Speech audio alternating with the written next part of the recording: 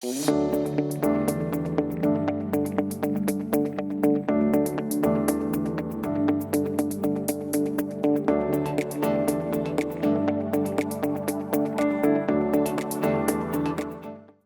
morning, everyone, and welcome to the 2025 Freedom of Information Foundation of Texas Conference.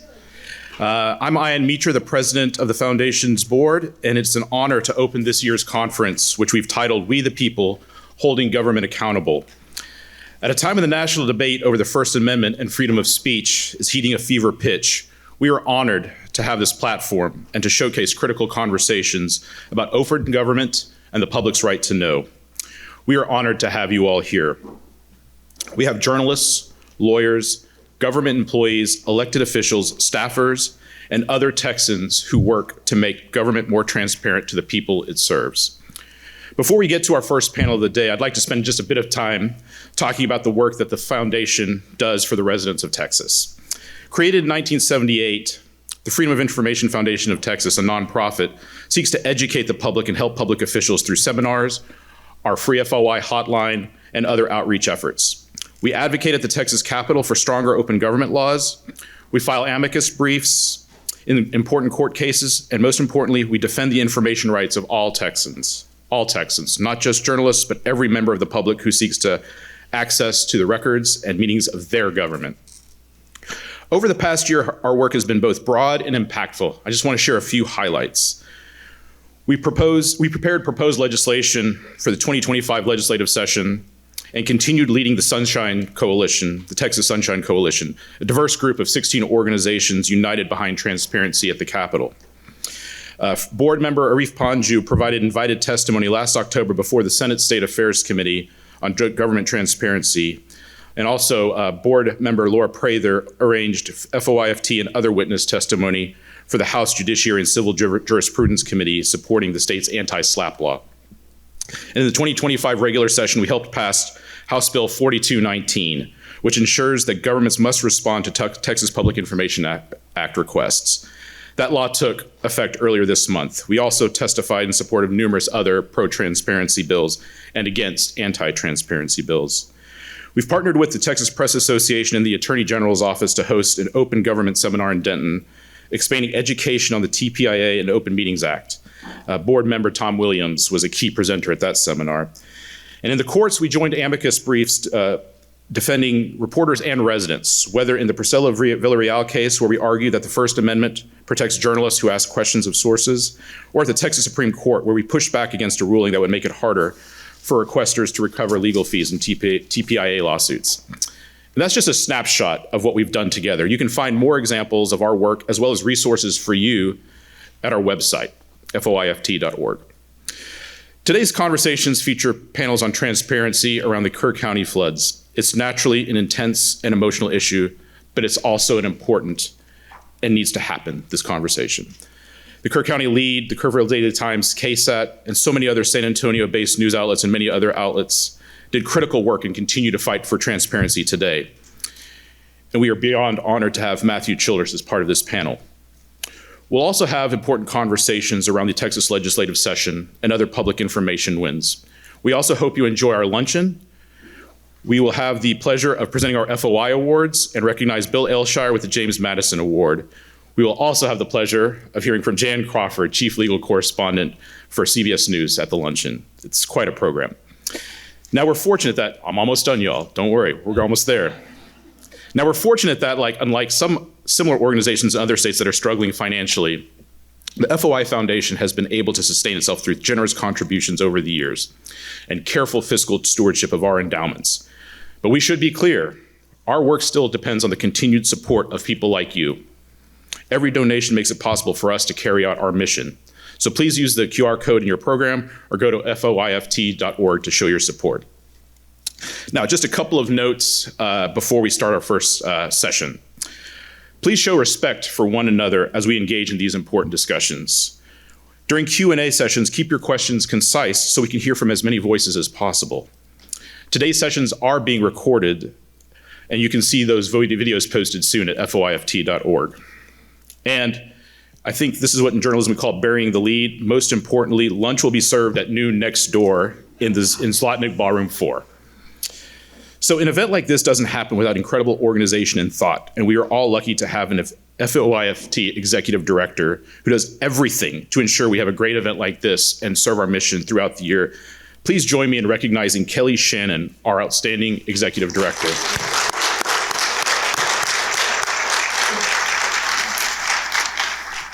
Thank you again for being here. Thank you for your support of open government. And thank you for joining us in this vital mission. Let's get started with our first panel of the day, and I'll pass it over to moderator Josh Hinkle.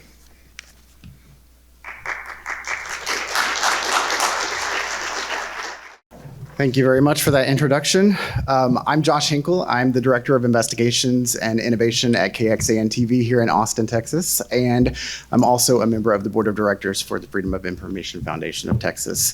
Thank you all for being here with us today. And today we're going to be talking about the Hill Country flood, demanding transparency, accountability, and reform. On July 4th, floodwaters rose across central Texas. In Kerr County alone, at least 117 died, and many questions remain. Among those gone, 27 campers and counselors at Camp Mystic, one of many summer camps in the area. Matthew Childress, the father of one of those girls, 18-year-old counselor Chloe Childress, joins us today, here in the middle. Local journalists like Louis Amstoy of the Kerr County Lead, you see there on the end, and others from outside the community like myself here in Austin, and Dylan Collier from KSAT in San Antonio work to hold leaders on the ground and here in the capital city accountable, digging for details to reveal how this could have happened. Many covered the same issues and gathered the same elements, hammering home the need for transparency and explanation. For instance, KUT and Lauren McGaughy, who is back there in the back of the room, also on the Freedom of Information Foundation Board of Texas with me. She first obtained the dispatch audio that you'll hear in some of the clips today. We all had to gather those elements independently and verify. Those tasks were not always easy and were often met with resistance. In this first clip, you'll hear an interview from a man who used to work in IT in Kerr County and helped install their alert system there. And this is some of the work that my team did at KXAN. We've got an emergency manager, and he's responsible for this, to be on the lookout, to be ready, and to be able to warn people and prepare them for this kind of exact scenario. That emergency management coordinator is WB or Dub Thomas, who's served in that role since 2015. By email, Thomas told us he would not be responding to our questions or future messages, instead directing us to a joint public information email for answers, which 2 weeks after the flood still haven't come, even about the timing and possible delays in these potentially life-saving alerts. It's his responsibility, the emergency manager, to get the messages from the state and from the Weather Service and prepare everyone, like the county judge and the dispatchers, to let them know that there's some event coming to watch out for. Knowing that the National Weather Service had a watch out the day before and issued their first flash flood warning that morning at 1:14, when do you feel like an alert should have gone out by the county? The day before, July 3rd. And that's why I'm so mad. Is there any way we could send a code red out to our Hunt residents asking them to find higher ground or stay home? In Kerr County dispatch audio we obtained from a credible source, an area volunteer firefighter is heard requesting an alert go out hours after that weather warning at 4:22 a.m. The response? More waiting. We have to get that approved with our supervisor. Why would they have waited? That's my question. It's incompetence. It's a leadership failure. Consider, discuss, and take appropriate action to add IPAWS, Integrated Public Alert Warning System, to our current Code Red contract. Now, Thomas. In 2020, the year after Trollinger retired from his IT post, Dub Thomas brought the system upgrade before the county judge and commissioners for approval, detailing his knowledge of how it works. The judge just read IPAWS is the Integrated Public Alert Warning System. It's run by FEMA. And it's an umbrella for several different types of communication systems that we can use, along with our Code Red, to notify folks when they're here in Kerr County about a flood. Do you feel like officials in Kerr County understand the system? Yes. If I use Code Red, then I'll be able to, once I've taken the webinar for it, but it'll show me how to access that iPause system via Code Red. Responding in recent days to concerns over alerts, Kerr County Sheriff said an after-action review would eventually happen. And I know that's going to be asked over and over. Please understand that. We're not running, we're not going to hide from everything. That's going to be checked into at a later time. We've tried talking to the sheriff, to the county judge, to the emergency management coordinator. Now all of those requests are going to a joint information center, and by law they've been able to delay their response to us due to the disaster. So I'm telling you, on this public information, you're going to be stonewalled. You're going to be harassed. If you ask questions, you will receive harassing responses. I don't know what they call it. Deflection. I think that's the word I saw somebody use. You will be made to feel guilty just for asking for the information. I don't see anything that the county needs to do differently other than get a new sheriff and a new emergency manager. I don't think there's any solution other than to replace the people that failed us. Today, the Kerr County judge reiterated, quote, nobody saw this coming. Though the state has said it personally called judges and mayors in the area the day before to notify them of potential flooding. We've requested record of that communication to verify the level of urgency. And some of you have asked, is this the time to be doing that? To be questioning officials while they're working on rescue and recovery? The answer is yes, it's what we do. We investigate because many of you are wondering the same thing, and it's about keeping the public safe. We don't expect officials will get to those requests anytime soon, but when they do, we will be ready to get you answers to help you understand what happened and how something like this could be prevented in the future. So Dylan Collier of KSAT no doubt had similar experiences, covering an unfolding story in a way that could be very challenging due to technology, record keepers, and unresponsive leaders. Dylan, talk to me about some entities releasing public records quickly while others were much slower and gave you some financial roadblocks. Thanks, Josh. Yeah, Kendall County, which is a neighboring county for Kerr, was very quick to hand over records, and these included some that were, I guess you could call embarrassing. They had a sheriff's deputy who was trying to downplay the rising level, dispatcher reaching out and asking if all river crossings should be shut down. This was early morning hours of the 4th, 4, 5, 6 a.m. And him on recorded audio scoffing at those requests. So even on a story that was going to be bad for the Kendall County Sheriff's Office, the record keepers there were quick to hand things over. The city of Kerrville, we got records from their city manager who made a number of unfortunate comments via text message and some in email. And then we have the entities that have really pushed back, and you touched on that quite a bit. Kerr County, Sheriff Larry Letha, the county judge up there, who you remember was part of the initial press conference the morning of July 4th and then was not seen for days. And then obviously Dub Thomas and the emergency management wing of it. It came out later, I don't know if we'll cover that he had been sick that day, had not gone into work. And you have to remember, this is a situation where the state had put resources in place. There were weather alerts that had gone out. So at the state level, if they look at it as a severe enough threat to have infrastructure, rescue infrastructure in place, you have to ask the question of why that was not the case at the county and city level. I do want to take a look at one of Dylan's stories now that kind of describes some of the situations he was just talking about.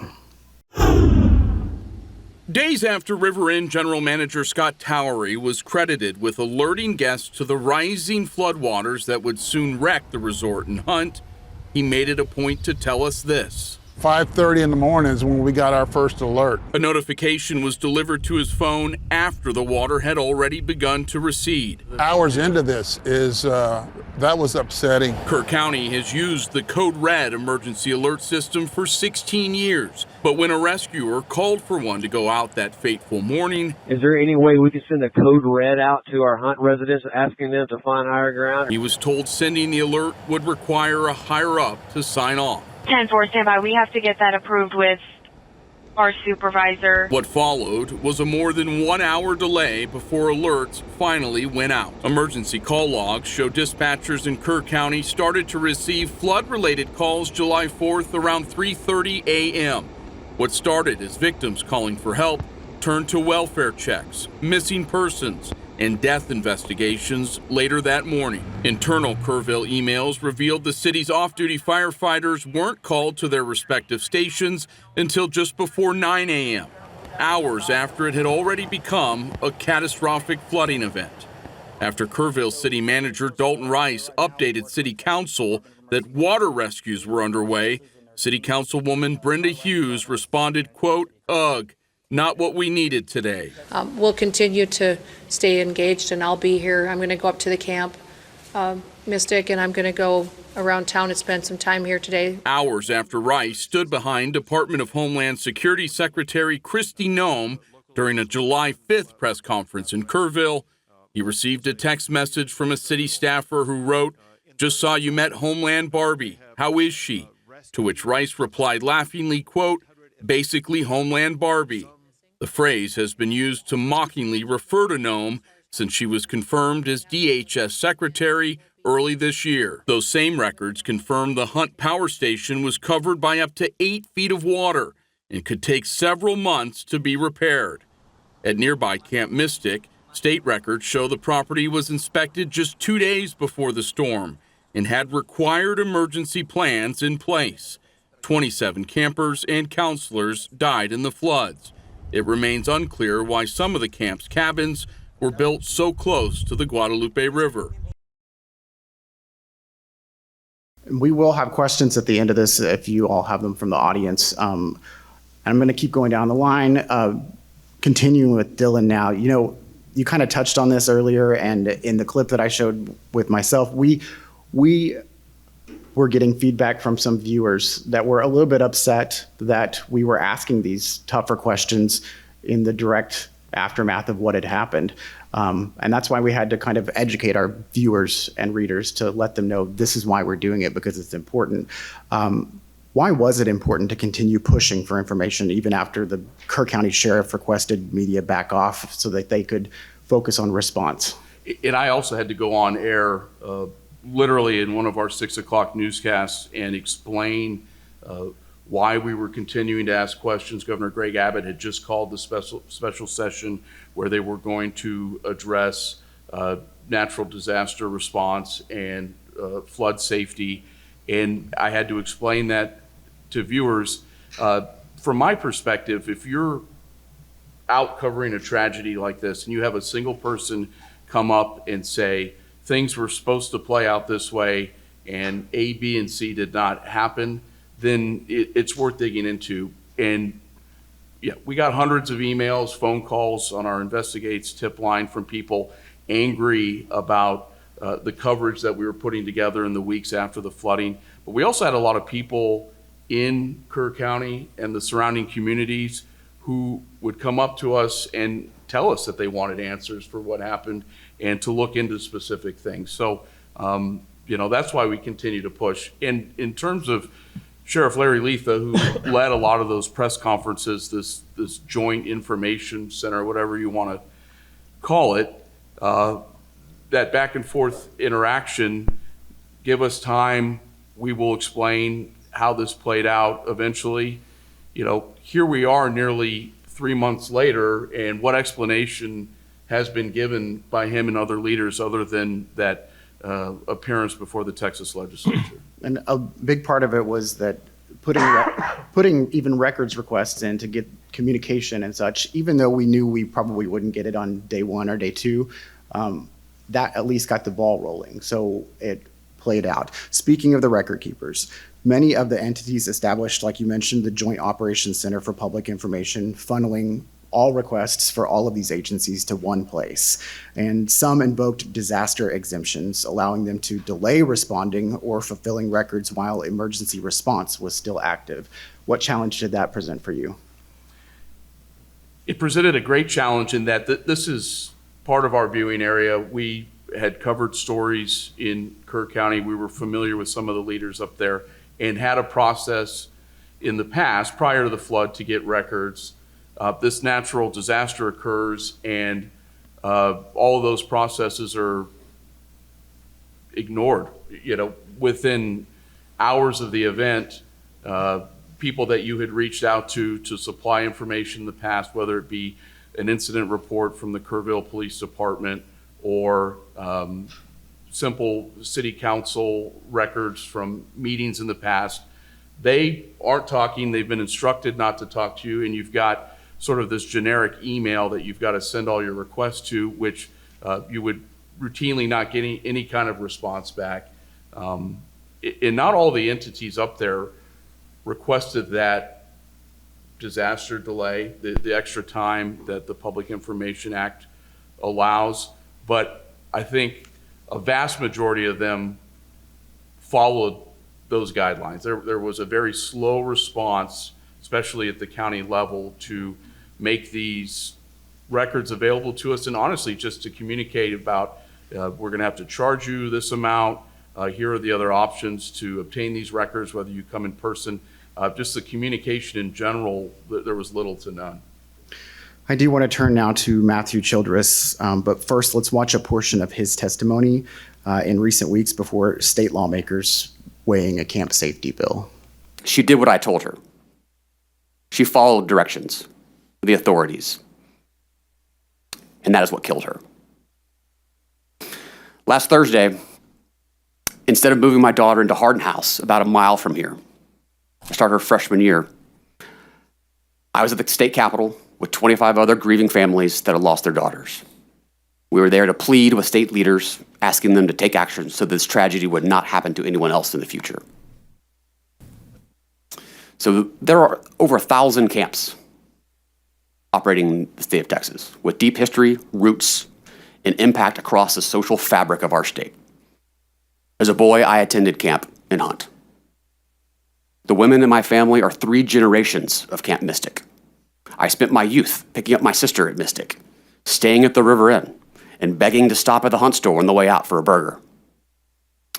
These are places that create lifelong memories and friends that folks will have for the rest of their lives. These are places that should live on and should be cherished and enjoyed for generations to come. The change we are asking for is to provide protection measures to ensure that camps can survive. Matthew, we're very sorry for your loss and that of so many other families. Can you tell me about the legislation we saw you testifying on? And it's now state law. What does it exactly do? So first of all, I do want to thank the foundation. I want to thank you, Josh, and the panel, and all of you for helping to create the transparency, which the continued transparency and efforts will continue to allow the efforts of the legislation, not just here in Texas, but hopefully nationally, also be something that can be of a standard. I also want to individually thank Ian Mitra for the invitation, for allowing me to attend here. And if anyone wants to do a FOIA request, Ian and I were best friends growing up in high school. So as for what the legislation itself means, as far as the specifics of what's covered? Yes. Okay. Really the what of the legislation itself, which became very, very clear as we all got more educated, was there's a level of complacency within these camps across the state, that there not been the right regulatory controls in place to allow camps to operate safely. And this is something that I did not know to ask those questions if these certain things were in place. These camps have been operating for close to 100 years. Mystic itself has been operating for 99 years, was scheduled to celebrate its century mark next year when it schedules to reopen. But the 4 primary components of the legislation that we were able to achieve within 3 weeks: 1, prevention, starting with no child should be sleeping in a floodplain.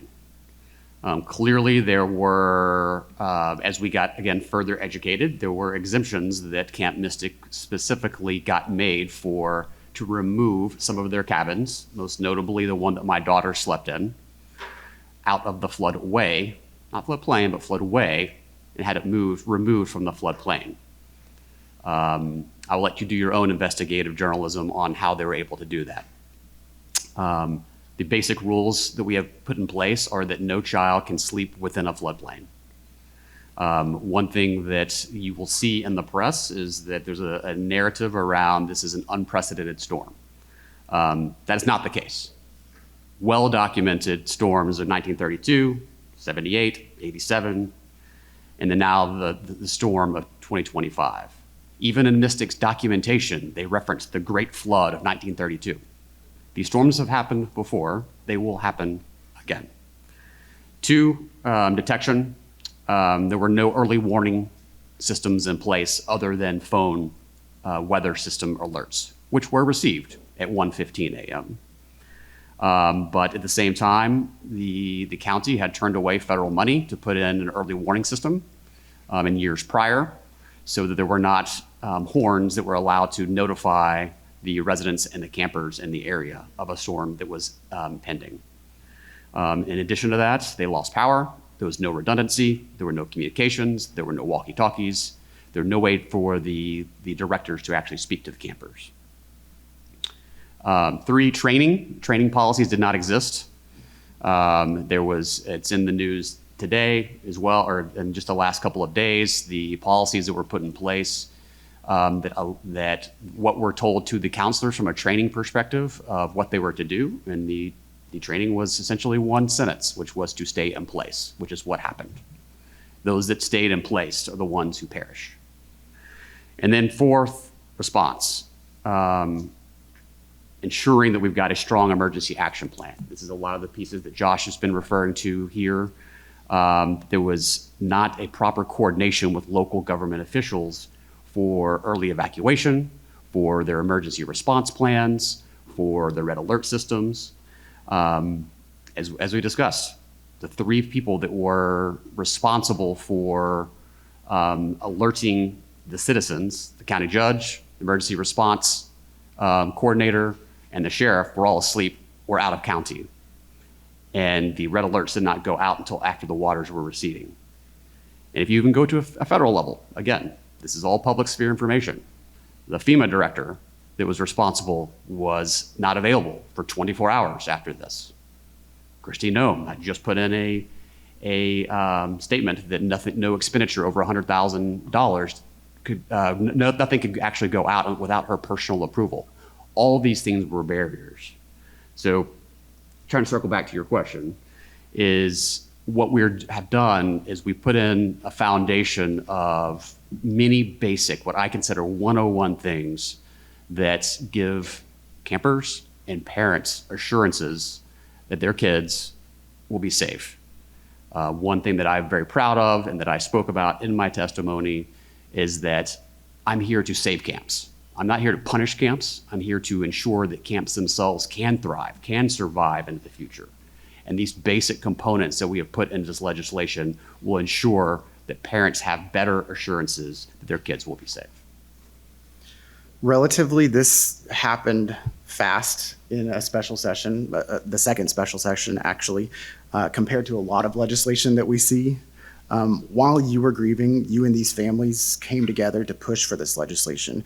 What was that experience like, even as you're still asking for answers? Well, the experience itself was fascinating. Again, we did this in 3 weeks, which is just absolutely astonishing to kind of look back and reflect upon. My daughter was a counselor. I kind of found myself as a senior figure within the group and realizing that if we were going to try to do something positive, that I needed to start to take a little bit of a leadership role to organize the families for something positive.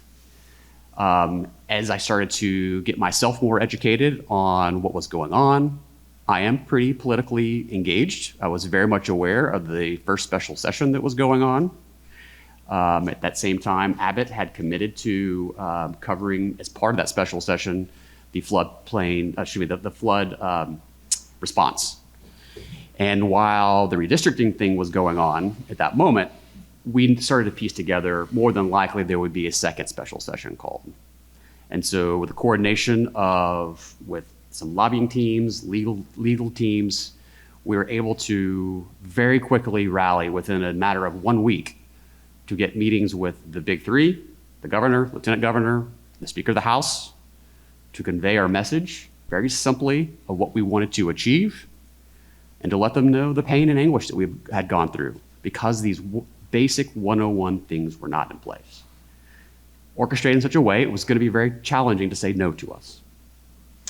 And to our benefit, Mr. Abbott put our camp safety at the top of the agenda for the second special session, and that allowed for us to move quickly with almost complete unanimous consent and vote within the House and the Senate for what we were able to achieve. You mentioned that you're looking to bring this message of safety to other states. How is this campaign for camp safety doing that? Sure. And this is just in the early stages of trying to take shape. One thing that's important to me and for the girls is, again, trying to wrap this terrible disaster in something that's positive, that we can at least have a thought that our children's lives, that they all died as heroes, saving other children, not just in Texas, but across the country. And my general hopes is that other states see that the template that we have put in place within Texas is something that can be leveraged for their own states.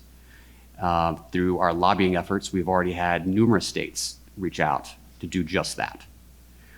We are also working on a federal level to have this early discussions on, is this something that should be a mandate that from the federal level should be pushed down to all states longer term? I understand this is the mechanics of those types of things will not happen in 3 weeks, but it gives me purpose, something positive to push on, and hopefully that'll help honor my daughter and the rest of the girls. This week, Camp Mystic announced it would reopen a site nearby and is constructing a memorial. This seemed to catch some of the family members off guard. Do you have any message for the owners of Camp Mystic? I will not break any news here today, but again, a lot of this information is now in the public sphere. And the primary piece is we were caught off guard when the communication came out that they were going to be reopening the camps. Again, this is in the news that the families were sent a note 2 hours before the rest of the alumni and campers were sent a note to let us know that what their plans were, not giving us enough time to make a proper response. But so we had no communication about the reopening, no discussions about the reopening, no discussions about a memorial, whether we were in favor of that and or what that might look like. The short message is we were not consulted and we do not approve. That message has been sent back out again into the public sphere starting yesterday morning through our Heavens 27 representatives to the camp and to the rest of the state of Texas of our opinions. But this exercise that's been going on this week has been tough. It has been re-traumatizing for the families, myself included. Thank you for being here once again. We appreciate it. I do want to turn now to Louis Amstoy from the Kerr County Lead. Louis, tell me about your publication and your history with it. Normally, you're one of just a few outlets in Kerr County. What was it like to have so many different members of the media from across the world in your community for that short period of time? Well, it was sort of a disaster at times, quite frankly. It was, there was I would say the national broadcast media didn't really help us in some ways, and the county in particular, as what Dylan was saying, did close ranks. I've never seen public records yet from the county after 3 months. We put in several requests, and being independent, I'm a one-person shop basically, and if it wasn't for my girlfriend, my ex-wife, and my daughter, and a couple others, we wouldn't have made this story happen. But the national media came in and they really seized on the Code Red story. NBC, ABC, and I'm like, look, let's talk about context for a second here, folks. The context is that Code Red is not the wherewithal it is. It's an opt-in text messaging system. It's not iPods. They put in iPods in 2020. The city had it as well. but there was confusion among the emergency managers about how to send this out because the National Weather Service was sending out alerts as well. The problem is ultimately, and I was the first one to get a question off on Christy Nome about the National Weather Service. If you really go back and you look at the timelines and you look at what happened, the National Weather Service had a lot of issues. I did not see an alert, and I live in Kerrville. Now I live south of the river, and I live in an elevated position. So I didn't see any alerts on my phone until I started driving down Cully Drive, which leads into Louise Hayes Park, where the river was just unbelievably ripping through there. If you can imagine for a second, this thing is probably 40 feet tall, 900 feet wide, and you wouldn't see it normally from where I was driving. That's when I got my first alert, about 7:02, 7:03 a.m. If you go back and you look, what was their strategy exactly? And this is where public records and some of these other things get into the broadening context of the story.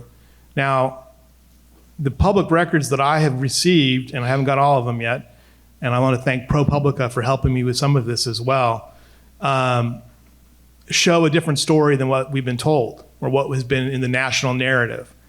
Yeah, code reds didn't go out. There was National Weather Service reporting going out, but they weren't going out to a broad part of the county. They were going out, they were geofenced, or they were along certain parts of the river. So like city manager Dalton Rice, who said, famously that he didn't have his weather alerts turned on, it was unlikely where he lives, he would have seen the alert based on what we've looked at. So what was the strategy on this? And remember, the night before, in my understanding of the state's emergency response is that these are routine calls. There was nothing in the data that suggests that you're going to have a storm of this magnitude at that time of the morning. And so contextually, it got to be really problematic when you have an ABC News correspondent screaming at the sheriff in a press conference, trying to confront him physically, about the code red. I'm like, well, that's not the story. And that led me to go on and say, the story isn't code red. How many of you have Amber Alerts turned off? That's another big issue here. The problem is that there was, as Matthew said, there was complacency for years at these camps. There was complacency in Kerr County. There was complacency at the state level. How did Richard Eastland, year after year, get his camp exempted from the floodway when the FEMA maps clearly showed that he was in the most dangerous part of the river, not just from the Guadalupe River, but from Cypress Creek, which was also ripping through there, and another creek that was also going through. He was the confluence, essentially. Contextually, Code Red was not the story. Contextually there was regulatory failures across the state level, across the federal level, that allowed these children to sleep in the floodway. And let's not forget that downstream, and this is the other part that's hard for me to deal with, you had entire families wiped out. You had multi-generational families killed at Casa Bonita, HTR RV Park, and at Blue Oak RV Park.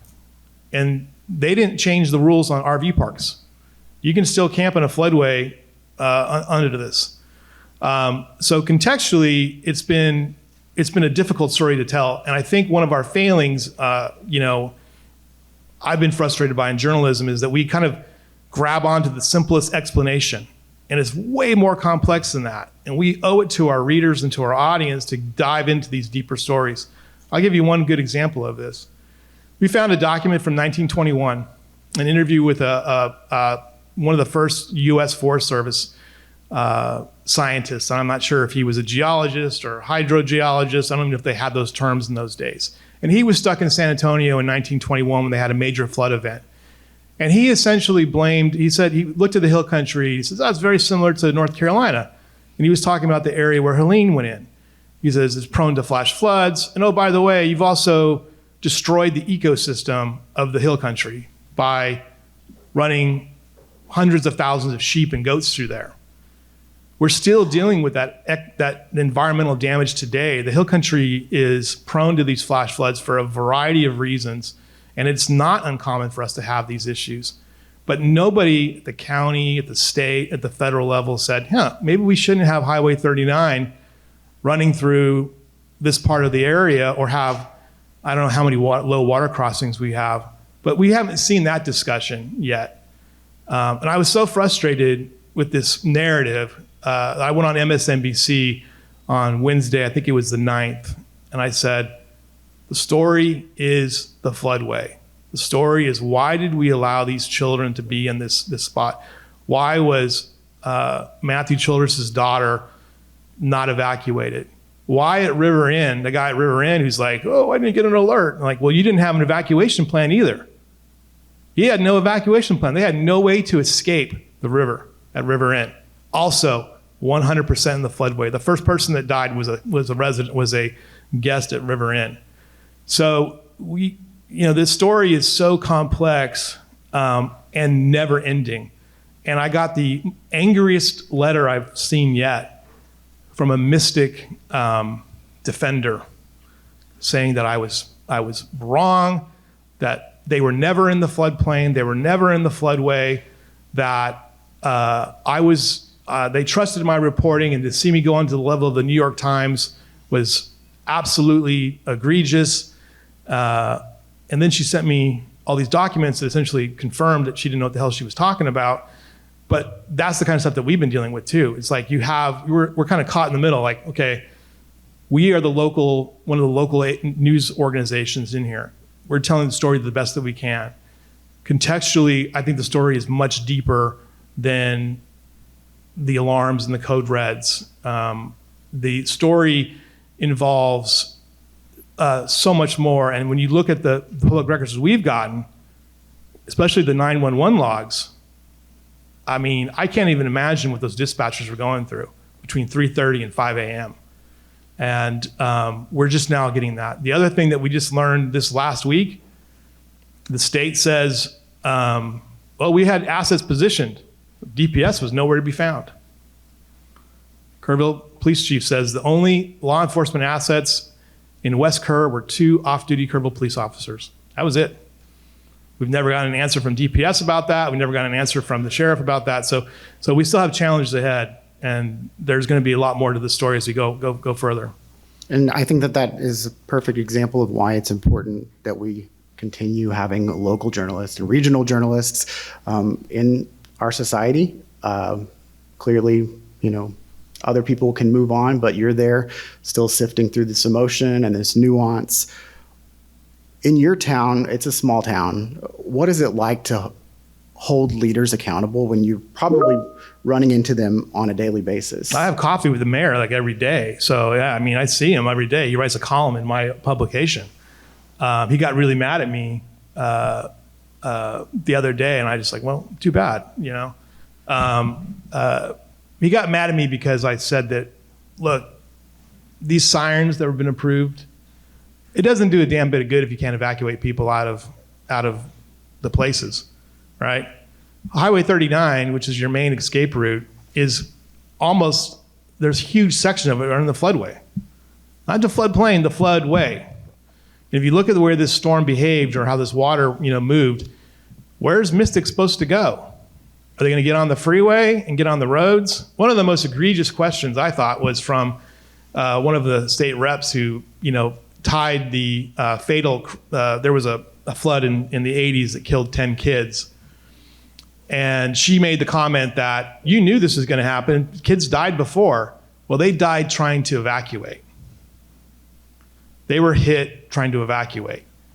If they probably would have stayed in place, they probably would have been okay. But they tried to evacuate. The question that everyone has is like, what are we going to do about this evacuation situation? And the mayor was really bad because, well, Lewis, it could work. Like, I don't doubt that it can work. But this is just another Band-Aid on a difficult situation and a dangerous situation. So, I mean, if you've been out there and seen, these low water crossings, which are all over the state of Texas, you're like, no one could survive that if you got on the road. So how are we going to, is there any plan to build, evacuation centers in Hunt?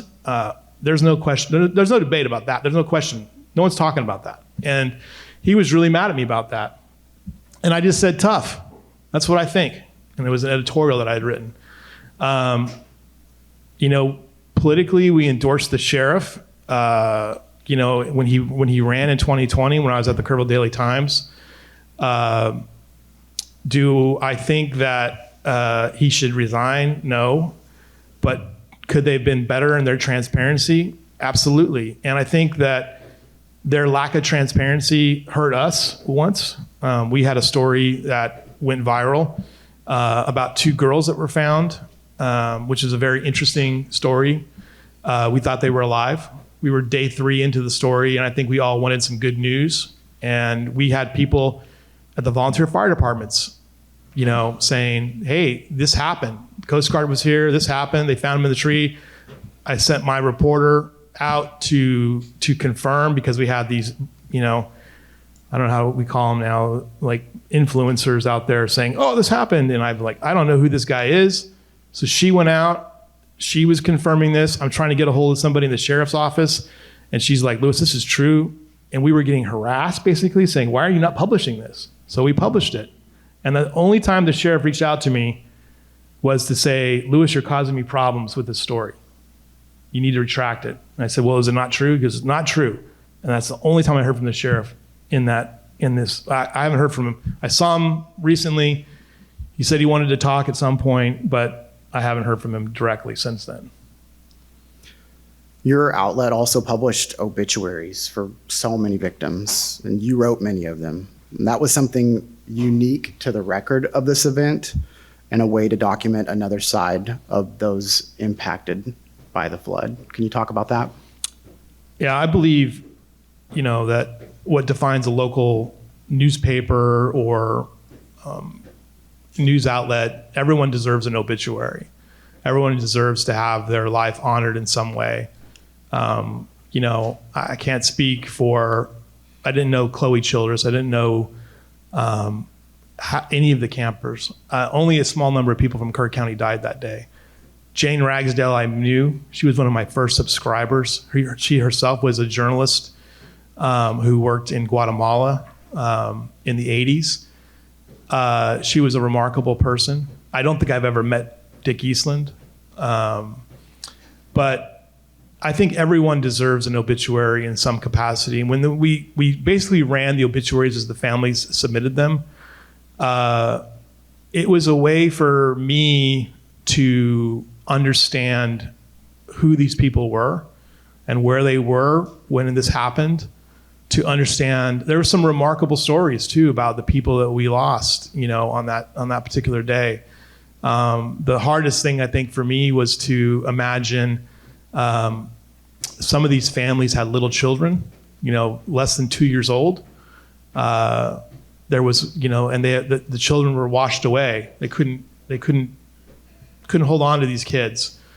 And I thought everybody deserved that sort of opportunity and respect to have an obituary published. And then we did a special, I actually did a print edition on July 18th, and I tried to run as many of the obituaries in print as I possibly could. I think that obituaries are, to me, the greatest thing we can do in this business sometimes, to honor somebody's life that way. And I think this was one of the things that I took pride in being able to put that out there.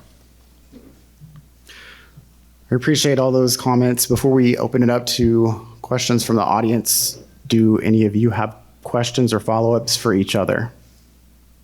I did want to follow up on your comments, just in what you covered here for the group, and I appreciate leaning in on the level of complexity that folks need to understand and to be educated on. That's something that's, one, I had to get myself first educated as I entered this process, but the ongoing education of the end-to-end failures that happened here.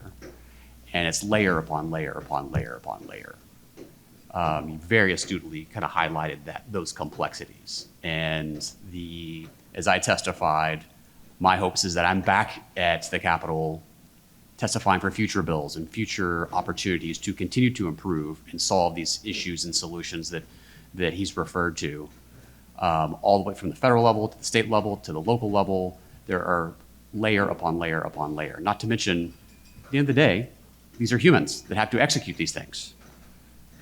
There are one of at least 30 things that would have saved my daughter's life that night.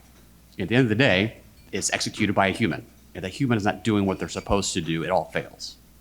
And so it's incumbent upon all of you in the audience and my panel to continue to educate and to continue to push to keep this in the public eye for the long haul, or these issues will happen again. So thank you.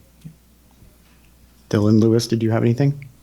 You guys led an amazing, this is for Matthew, you guys led an amazing effort to get this done. What are some of your thoughts on ongoing legislation for the camping industry?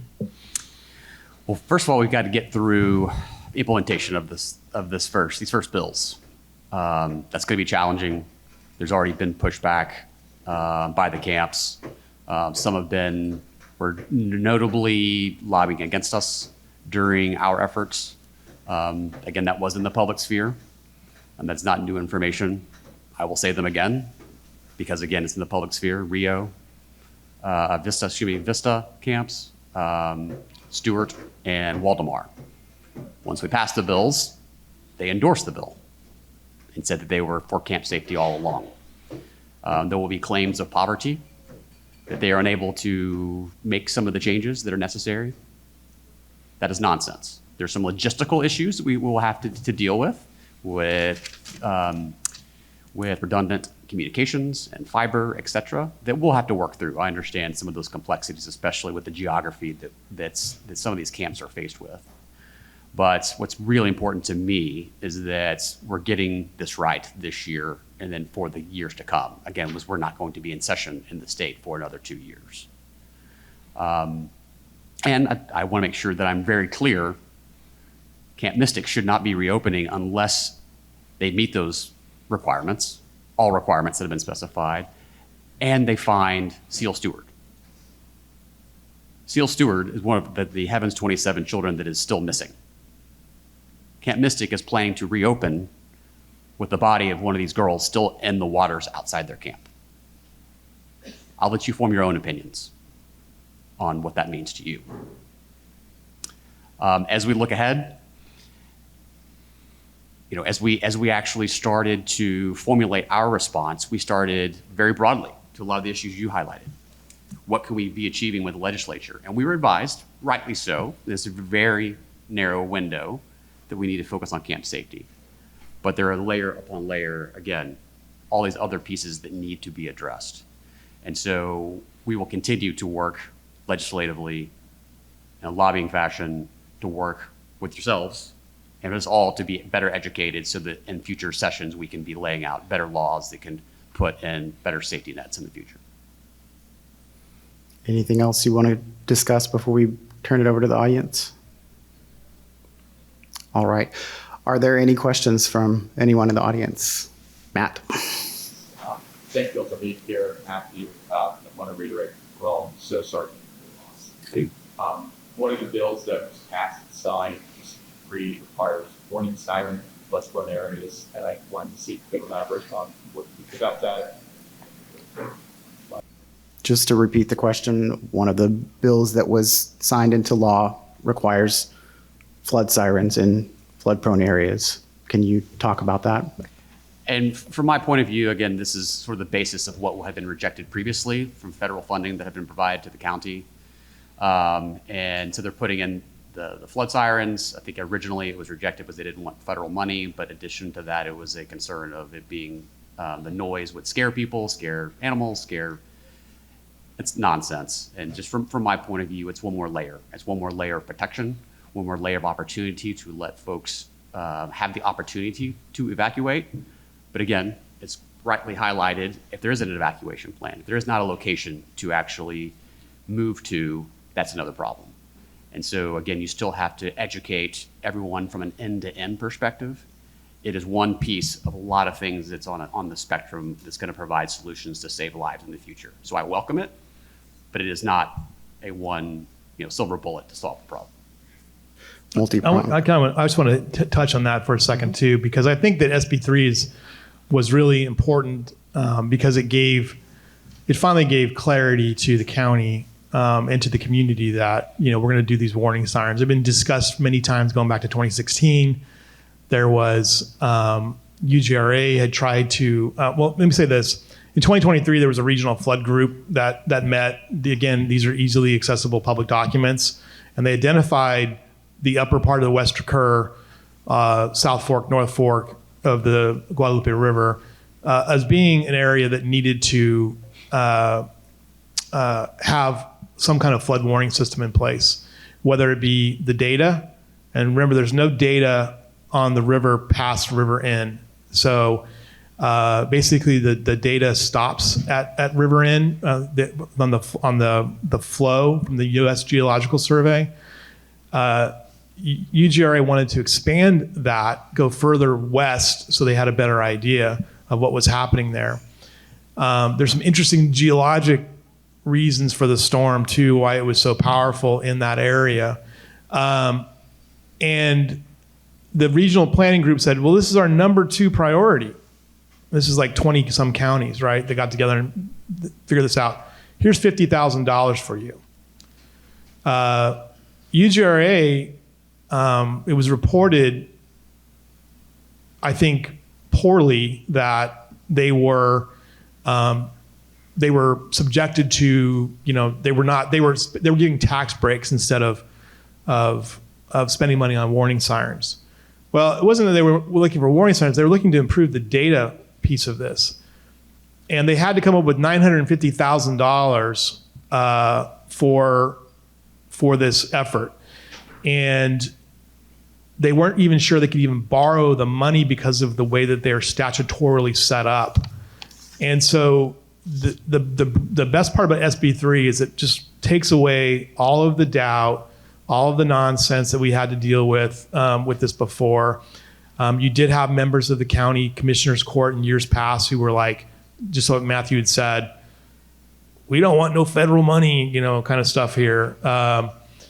But now that gives real good clarity on this. The next part, the next layer, as we talked about, is like, well, if you're gonna have a flood warning system in there, you better have some evacuation routes, or you better have some better low water crossings. And that's millions of dollars. So is the state prepared to do that? Is Governor Abbott prepared to do that? I don't know the answer to that question yet. Yes. Thank you all so much for being here. First, I have a question for you. As the local reporters on the ground, you're the first one there in Alaska. For the regional and national news outlets that come in, where do you see better potential for local collaboration or uplifting local news, or just getting a story? Right. Well, let me just say this. I had some words with a couple of ABC and NBC correspondents after a press conference where I told them they were fucking the story up because I was so frustrated by their badgering of the Code Red issue. I'm like, look, it's not the story. Story is, you can send out Code Reds all the time to your phones. That's not the big story. The big story is, why were these families in this floodway? One of the things that I wrote an op-ed about this, an editor and publisher, and I'm assuming we're all journalists in the room. When you came to Kerr County during the flood, and I'll be very blunt about this, is that there was help everywhere. It was amazing. You had to trip over yourself. You'd trip and find help. There was Mercy Chefs. There was World Kitchen. I do a morning webcast at a brewery and coffee shop, and in the back, World Central Kitchen was making sandwiches. Right? There was no help for journalism. We didn't work together. We didn't collaborate. We didn't talk. We screamed at people. there was a bigger contextual story that was out there. And I think that's the nature of our business, is that we're all competitive. We all want the scoop. I still live in that world myself sometimes. I still feel the need of competition. But ultimately, it's not helpful, because you go down paths that are not productive at the end of the day. The real thing was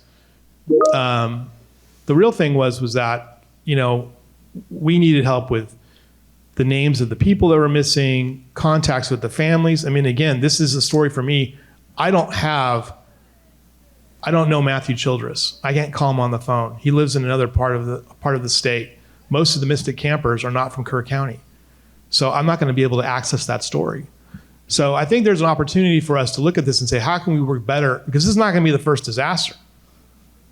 You know, this is not going to be the first disaster. It's not the last disaster. It's not the first disaster I've covered. It's the worst disaster I've ever covered. It's the worst disaster I've ever seen.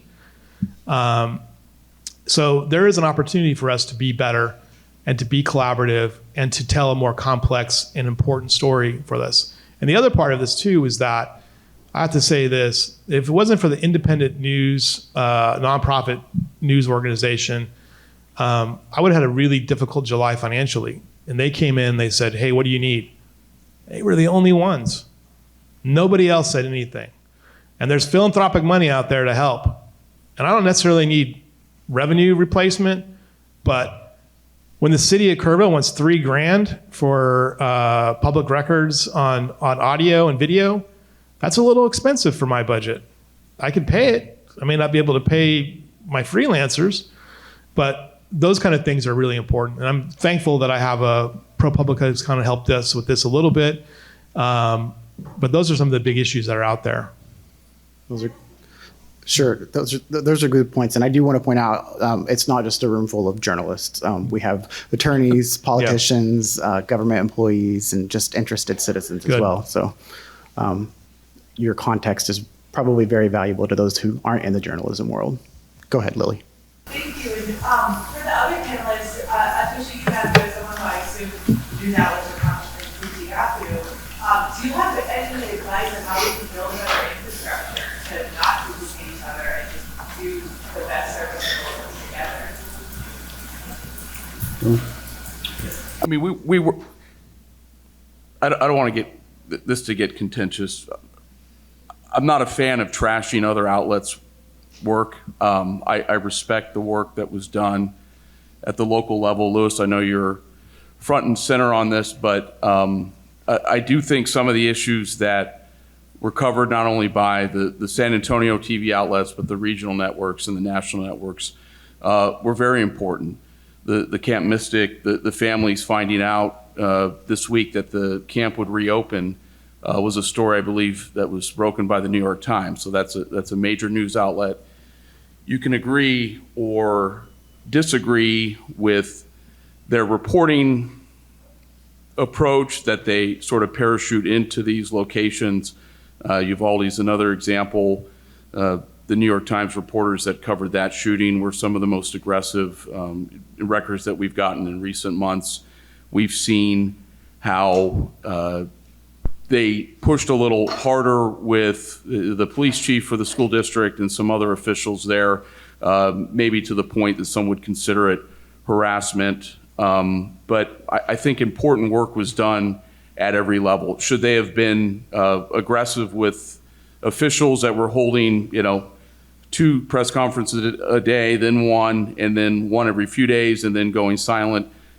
No, but that's just a style that some outlets have used and have used to great success in recent decades. Sorry, what was your question again? I just want to make sure I got that out there. I don't want to sit here and trash each other's work. I think what's a better path forward? Better path forward? Well, you have to remember that journalism has an audience that, I wouldn't say dwindling, because I think people consume more media now than they ever have before, but journalism is an industry that has a lot of splintering going on. So I think it's important to establish relationships before an event like this. It's very difficult to work collaboratively on something when You're there trying to cover the news and put a story together for your outlet. We partnered with our sister station in Houston. That was not something that we had arranged ahead of time. I had not worked with KPRC since the winter storms of 2021, so I had to reestablish those relationships. You know, I see these people maybe once a year at a different breaking news event. So if it's something where you want to work together with other outlets, maybe, you know, if I'm in TV, work with someone in radio or the podcast sphere, I think those relationships should be worked on now and not waiting until a national disaster comes to your backyard. And from my point of view, I will definitely not comment on future recommendations for infrastructure adjustments, especially in a room full of a lot of reporters. But as being someone that I would like to think is very well educated and a large consumer of media and political news, it was really fascinating to be part of the news and see how that comes down on an individual or a family or a group of individuals. Very overwhelming. And yes, I understand there's the competitive nature that Lewis referred to, and people want to get the scoop. Luckily, I had the benefit of folks to lean on, you know, PR folks that were able to be a shield, to write press releases for me and to help to divert me and to direct me where I needed to probably be or not to be. I would imagine most people don't have that opportunity. And so that is clearly a challenge for, again, someone that's part of the news, just something for folks to be aware of. Thank you. Other questions? Yes? I imagine there were, I could be wrong, but I imagine we got the open snap correct request. What actually happened that essentially clarification responses? Are those clarification responses generally on time, or was they like 4 to 10 business days out?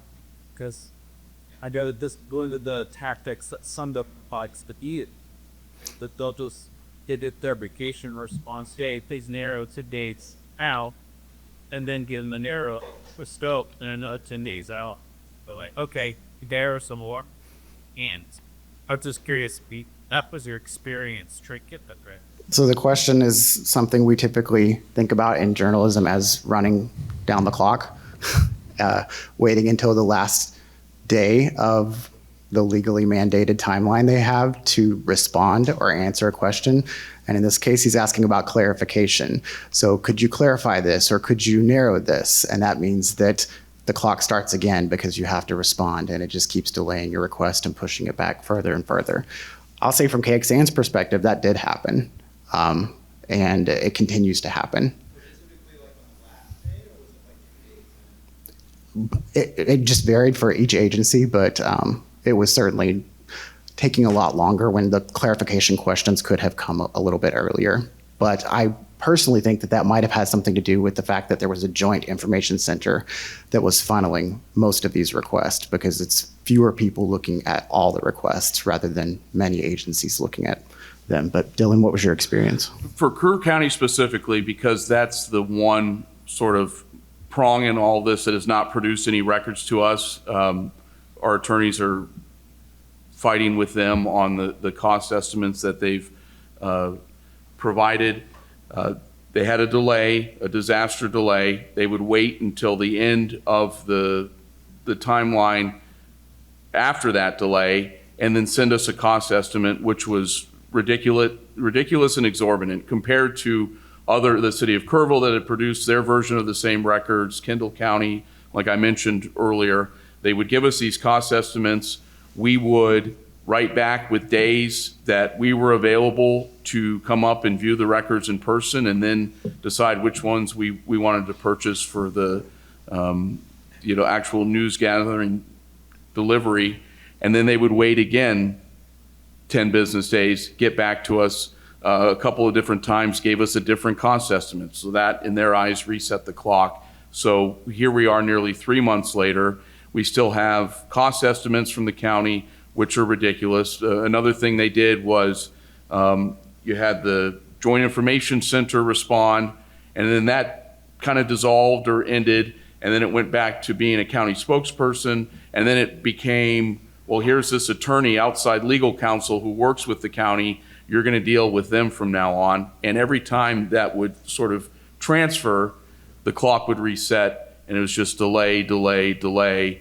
And I think even if we had agreed, because I think you guys ended up paying for some of those records from the county. I think if we had ended up doing that, that would have been a delay in releasing those to us as well.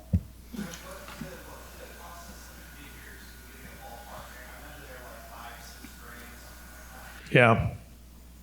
Yeah. In Kendall County, which had people that, victims were found in Kendall County, not at the same level as Kerr County, but they were part of this disaster.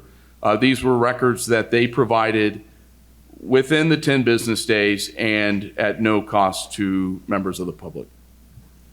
Yeah, I think the one that I just saw on that Tatum, there's a lot of issues about money right now and following the money. Tatum is doing the Texas Department of Emergency Management is doing a significant, they're doing the debris removal. And there are people in Kerr County who are upset at what they have done to the river in this rush to remove debris. And so I just recently asked for the contracts with this. And I got the question like, well, what about, what do you mean by this? And what do you mean by that? I haven't really seen that to this level. Now the county, I haven't seen anything. They have, and I sent a follow-up request, like, where are we at with these requests? Oh, we're trying to get to them. And they, remember they have this emergency kind of envelope. Now, Kerrville's been better. The county has not. And I also discovered too that the county doesn't seem to know if the volunteer fire departments are covered by public records requests or not, because you have hundreds of thousands of dollars coming in to donations to school districts and who's managing that money? These government agencies aren't set up to do this. And so there's a lot of contention about this right now, and I do sense that there's some delay tactics that are going on here. We have time for one more question. Robert Dyer? Oh, sorry. I saw it. Your hand was back behind that one. Go ahead. So go ahead. Yep. So on that issue of non-responsiveness, have you been reporting about the issue of lack of access and how they're stringing you along and jacking you around to try to get some pressure on the elected county judge and county commissioners? Yeah, and there are kind of two schools of thought on doing that. Some managers in newsrooms think it's too much inside baseball and that readers or viewers aren't interested in knowing if a county is trying to charge you $6,000 for 911 audio in call logs. And there's sort of the other school of thought that, like you mentioned, doing that story, even if it's just a write-up for the website, puts pressure on them, may embarrass them in some way or force movement. We have documented what's going on with Kerr County and how much they're attempting to charge us, the fact that the city of Kerrville, Kendall County have made a lot of their records public at this point. But that is something that we had to argue for to actually put that story together. I think that's important too, what Dylan said too. It's inside baseball, but when I've told people or talked about it, about the cost estimates on some of the audio and video pieces, people are like, what? I think that the general public appreciates our transparency, and being honest about that. So, and I think there are two ways to handle it. I've handled it through my podcast piece, and I have pretty good access, and I still don't get answers from the county in particular. But we do have time for one more question. Sorry about that. Also, I just saw a guy with white hair and a goatee back there, and it's hard to see. That's okay. Yes, ma'am.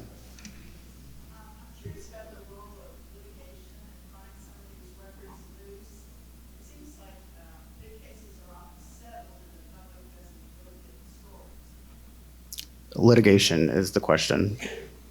You're talking like lawsuits filed by family of victims of the flooding? Yeah. From my point of view, that's not something I'm going to discuss in this forum. We've covered the initial filings of this case. I think you can sort of draw a parallel to the Robb Elementary shooting.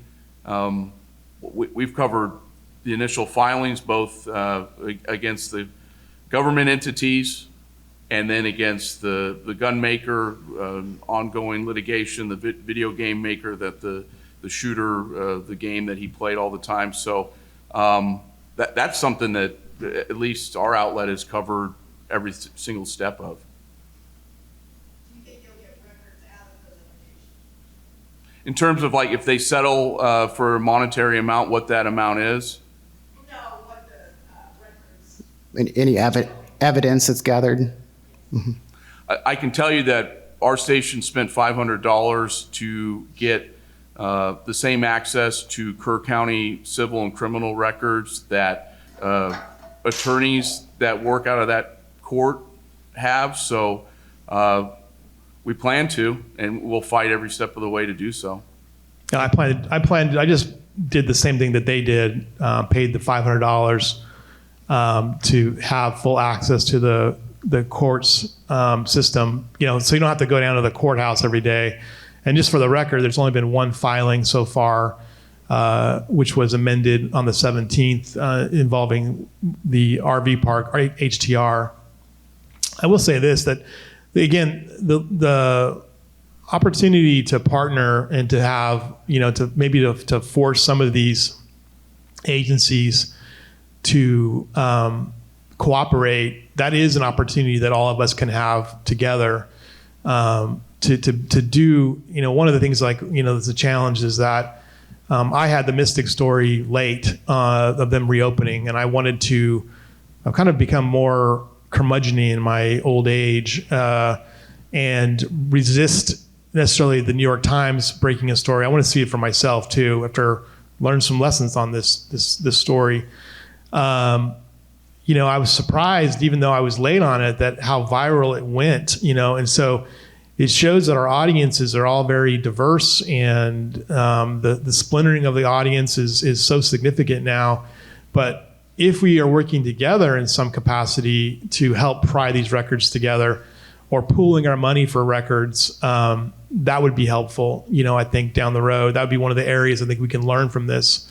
I have seen the city of Kerrville previously has closed ranks on litigation. They had a fatal accident at their airport about 4 years ago. And I still have never seen public records for that because it's in litigation still. So it's a little bit of a challenge sometimes, even for us, these small, for me in particular, because I'm one person.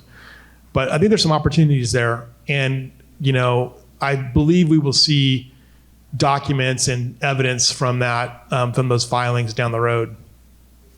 It's the long game. Thank you very much. And let's give a round of applause for our panelists.